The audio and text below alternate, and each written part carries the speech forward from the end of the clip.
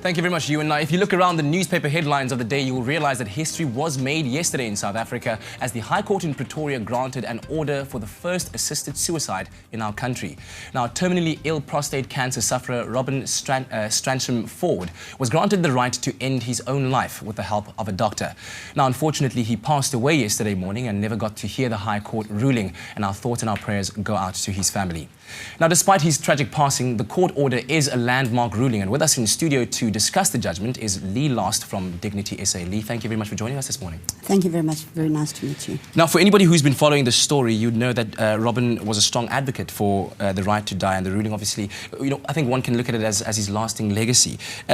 Give us a bit more an insight into the response from DignitySA on this ruling. Well, firstly, we'd also like to offer our condolences on behalf of our legal team, our thousands and thousands of supporters, to the family and daughter of Robin Stransham-Ford. It's a sad loss. We're obviously very disappointed that the case was held back because the state wanted more time. They came back and added nothing more to the argument in any event, and the judge was ready to rule the day before. So he could have been aware that he was granted the right. He was literally holding on just for this right. Yeah. That's all he was holding on for. He was suffering intractably. So for us, we're obviously delighted about the ruling. We feel it's what we've been saying all along. Our common law isn't in line with our constitution, and as it relates to assisted dying. And the judge said that he's under obligation to develop common law. Tell me about, just to get a bit of an understanding into what DignitySA is all about, your stance on assisted death, and what is it that you stand for? We believe that we have the constitutional right. It's a basic human right to have dignity, autonomy over our bodies, personal integrity. So we believe that we have that right, and it's entrenched in our constitution. Nelson Mandela in 1998 commissioned the Law Commission to put together a draft bill to discuss end-of-life issues. It's called the End-of-Life Decisions Act of 1999, which Mandela himself presented to Parliament. So we're following on from that. Yeah.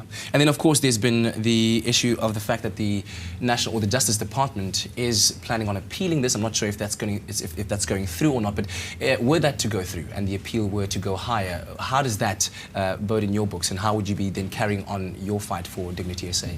We would have no objection to the appeal whatsoever. We believe that the judge was 100% accurate. In Canada, 9 Supreme Court judges ruled that it was unconstitutional to force somebody to suffer against their wishes, and our constitution is as good, if not better, than theirs. Yeah. So we're very confident that it's a constitutional right to us. And if that appeal were not to go through, what is the next move for DignitySA? Well, as the judge indicated, we need to change the law incrementally. If Robin had gone through and not been appealed, we have other applicants who are waiting in the wings, so to speak, people who are dying, who have approached us to ask for assistance to die. So, that's the plan. Ideally, we'd like to get to the Constitutional Court, and we'd like it to be legislated. Indeed. Well, Lee, thank you very much for coming in this morning and sharing your insights with us. Thank you. Now, the big question we are asking you to answer is, should we have the right to legally ask a doctor to help us commit suicide? Let us know on our Facebook page, that is Espresso Morning Show, SABC3. But right now, let's find out what else is coming up on your Feel Good Breakfast show this Friday with Graham.